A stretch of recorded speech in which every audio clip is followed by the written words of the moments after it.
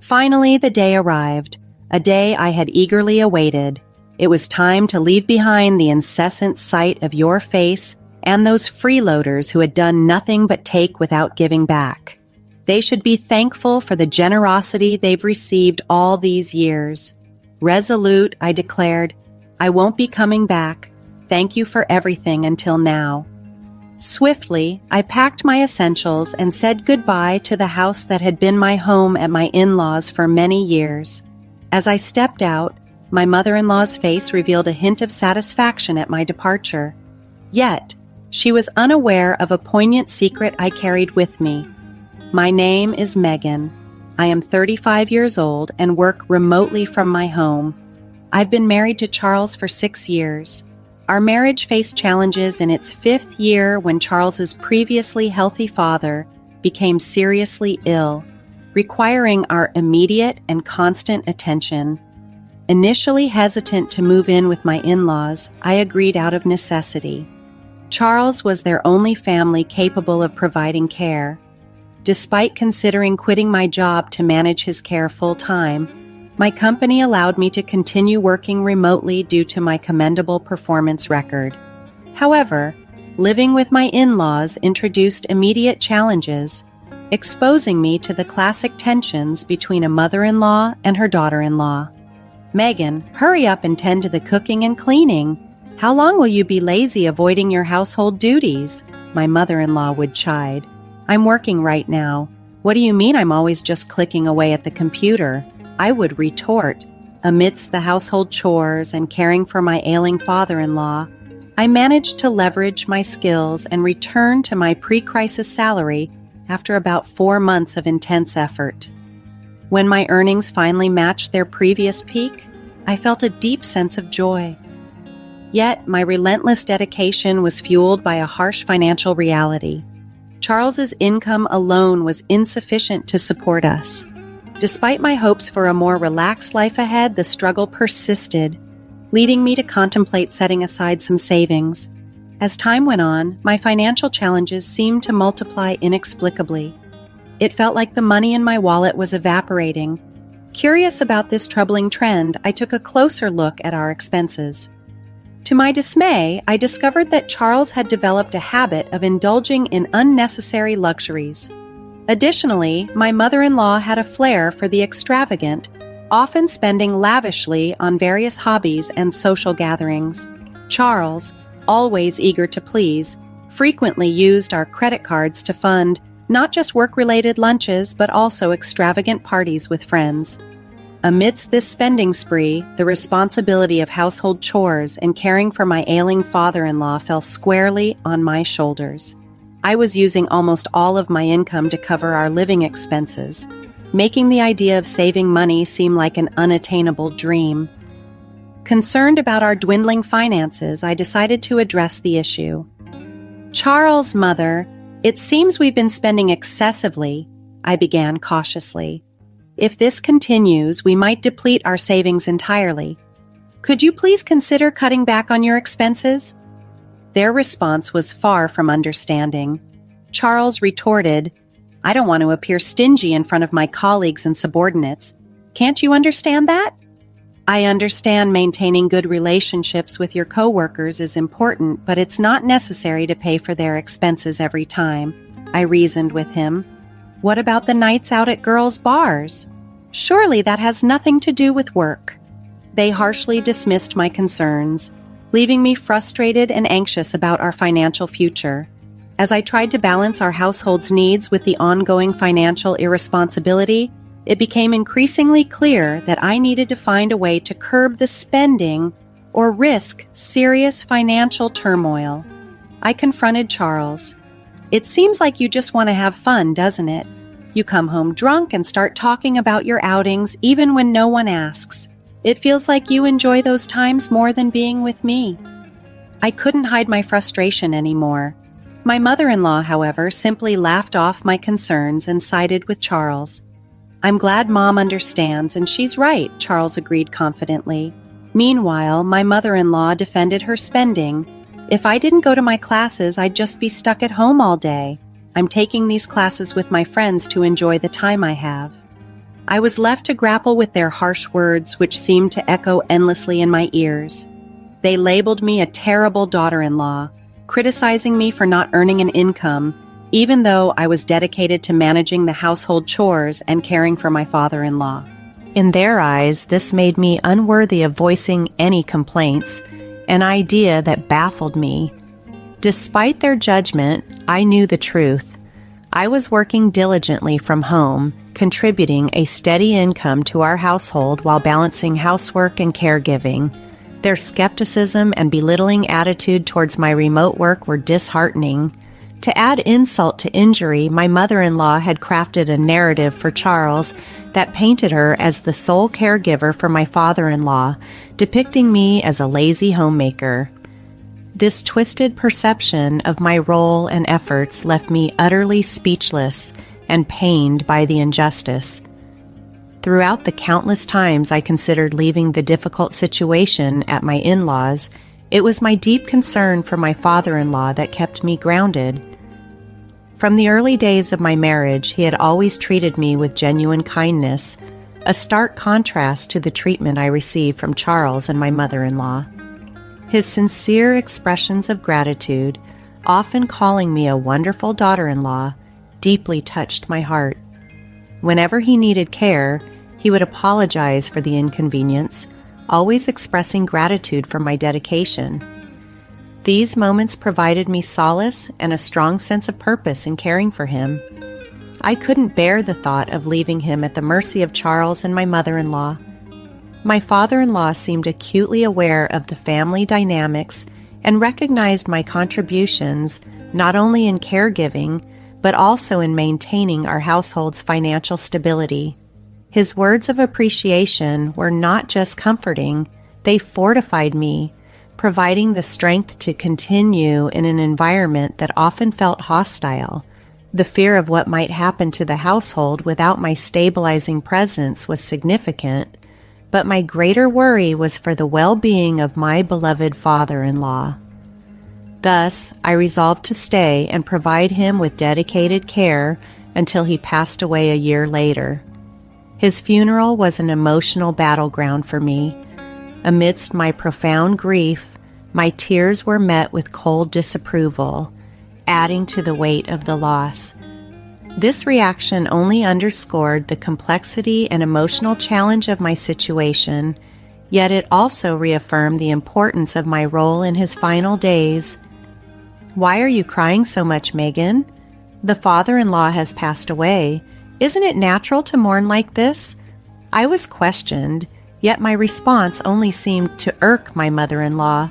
She accused me of making it sound like she had never taken care of him, but the reality was quite the opposite. My mother-in-law had been largely absent from my father-in-law's caregiving. Her focus on her hobbies and frequent social outings meant that the bulk of the caregiving responsibilities fell on me. Despite my efforts, she presented herself as the downtrodden and pitiful mother-in-law to those outside our immediate family circle, portraying me as the harsh and cruel daughter-in-law to our relatives. This portrayal seemed to make it appear as though I was being unfairly harsh on her. Even as I grieved, I found myself criticized by those who had little insight into the true dynamics of our household. Out of frustration, I began to distance myself from these relatives, a decision that Charles quickly noticed. Charles confronted me saying, "You embarrassed Mom in front of everyone." This accusation baffled me. "That makes no sense," I replied. "I was merely crying over the death of the father-in-law." "Yet, your mom found it odd how much I cried." "I never once said she hadn't taken care of him at all. I was simply expressing my sorrow over losing someone I deeply cared about." As the argument escalated, Charles accused me of insulting his mother and suggested that if their misunderstanding of my grief was so upsetting to me, maybe I should reconsider my actions. In defense, I reiterated that my tears were purely out of grief for the loss of my father-in-law, whom I had always cherished and cared for, not as a critique or insult to anyone else. After my father-in-law's passing, the tension between my husband and me escalated. leading to a fierce argument that required the intervention of relatives to calm down. Following this, I chose to remain silent towards my husband as the funeral proceedings wrapped up. Shortly thereafter, a lawyer arrived to discuss the will and the distribution of the estate. The lawyer began, "I'd like to go over the contents of the will regarding your late father's estate.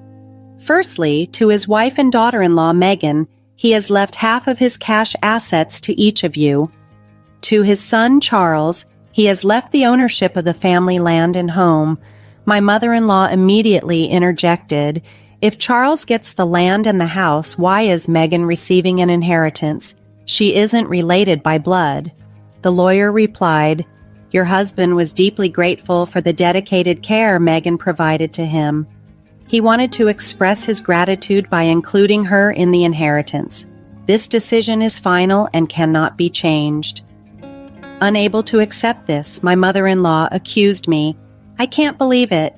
You were caring for him just to get the inheritance, weren't you?" I defended myself. "I've had a good relationship with my father-in-law since I married into this family. I took care of him out of love and respect to show my gratitude for how he always treated me."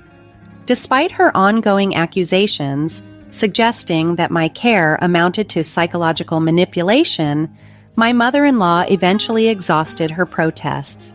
The lawyer, resuming the discussion, affirmed, "That was your father's decision." This revelation was a vindication of my genuine affection and care for my father-in-law, affirming that his gratitude towards me was genuine and legally recognized, despite the bitter suspicions voiced by others. As the lawyer confirmed the terms of the will, expressing gratitude for my dedicated care, my mother-in-law's previously discontented expression unexpectedly turned into a smile. "Yes, that's great. I understand," she exclaimed with a nod. Confused, my husband asked her, "What do you mean?" It seemed strange for her to switch her stance so suddenly. With an air of satisfaction, my mother-in-law explained, "Now that Dad's gone, we no longer need to rely on Megan. Her inheritance is just like severance pay. We don't need her in this house anymore." She had grossly misunderstood my father-in-law's intentions, interpreting the will as an opportune moment to sever ties with me, rather than as a recognition of my contributions. Unbeknownst to her, this was exactly as my father-in-law had planned. Before his passing, he had confided in me his wish for me to be free from the constraints of living under the same roof as my in-laws after his demise. He designed the will not only as a show of gratitude, but as a clever ruse to facilitate my departure in a way that seemed natural to others, including deceiving my husband and mother-in-law. Misinterpreting his true intentions, my mother-in-law saw this as a chance to push me out of the family. Seizing the moment and concealing my actual desire to leave, I feigned shock and sadness. "Father-in-law, why would you treat me like this?" I lamented, giving the impression that I was just another caretaker in his eyes.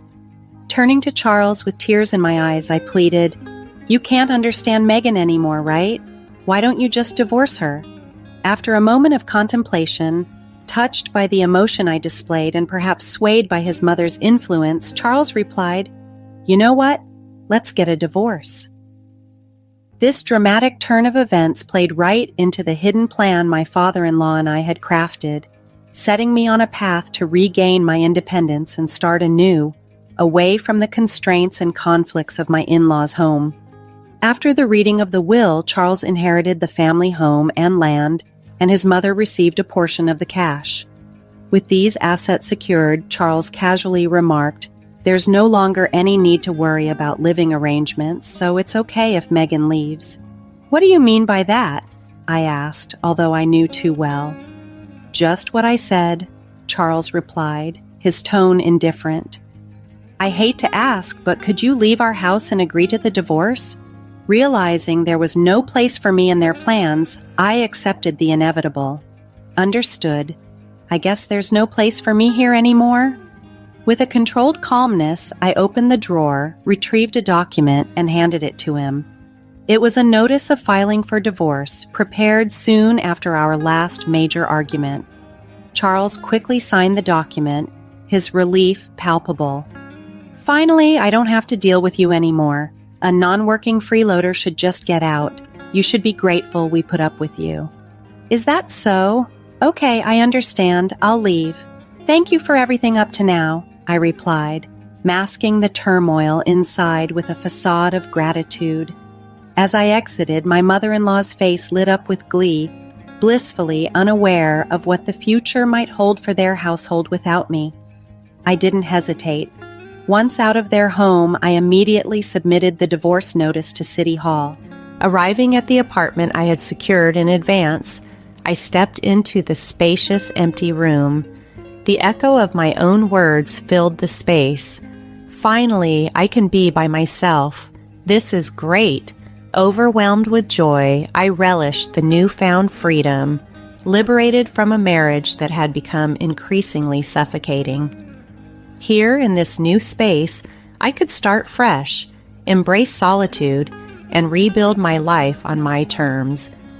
My deep gratitude goes to my late father-in-law for crafting a clever plan that facilitated my departure from the stifling environment at my in-laws' home.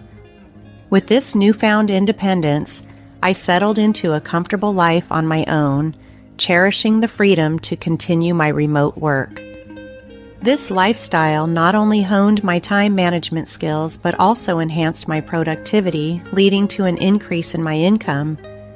I enjoyed a peaceful existence, free from any external meddling, until an unexpected call from my ex-husband Charles disrupted the tranquility. It had been a while since we spoke, and I was perplexed. "Why are you calling me, Charles? Weren't you the one who wanted me to disappear?" I asked. "Megan, please help us. We're in a pinch," Charles pleaded, his voice strained. I couldn't help but chuckle at the irony. "What kind of joke is this? My salary hasn't changed, but suddenly you're running out of money? How can you not manage?" With a mix of amusement and finality, I prepared to deliver a stark reality check. "That's because you no longer have my income to supplement yours. You squandered your entire salary on yourselves. Maybe it's about time you and your mother learned some financial responsibility as adults." Confused, Charles asked, "What do you mean? You still don't get it?" This moment underscored just how much they had relied on me without acknowledging it, and now they were feeling the consequences of their financial irresponsibility. It was a bitter lesson on the importance of prudence and planning, one that they were learning the hard way. I explained the situation clearly to Charles. "While you were indulging in luxuries, my salary of about $6,500 a month was covering our living expenses. Now I'm earning even more, and I'm doing it all without anyone holding me back." Frustrated and perhaps realizing his predicament, Charles made a desperate plea. "Megan, can't we start over? It was a mistake to let you go. I want to make things right." I scoffed at his sudden change of heart. "It's clear you're just after my income. Don't be ridiculous. I never want to see your face again. What happened to the inheritance your mother received? She should be living comfortably with that." Charles confessed, "It's about to run out. We spent it on a shopping spree and overseas trips and lost half of it in the casino." Unmoved by his confession, I replied sharply, "A foolish mother breeds a foolish son. I have nothing more to say to you. I'm a stranger now and I can't do anything for you, nor do I want to." Desperate, Charles implored, "Don't be so heartless, help me. This has nothing to do with me. There's nothing more to talk about. I'm hanging up. Don't call me again." I declared before ending the call and promptly canceling the contract for the mobile phone I was using. A year later, while passing by my former mother-in-law's house, I noticed it had become an empty lot, likely sold due to financial struggles. Unperturbed, I continued with my life, enjoying my newfound spare time attending a wine class I had long been interested in. There, I met a man 3 years my senior who took our relationship seriously. After a year and a half of dating, we got married. He is the executive of a well-known company, humble despite his high salary, and with a warm, wonderful character. We respect each other's careers, leading to a fulfilling married life. Reflecting on these changes, I can't help but feel that, in a way, this was a form of retribution, a gift from my father-in-law, allowing me to find true happiness and respect in a relationship.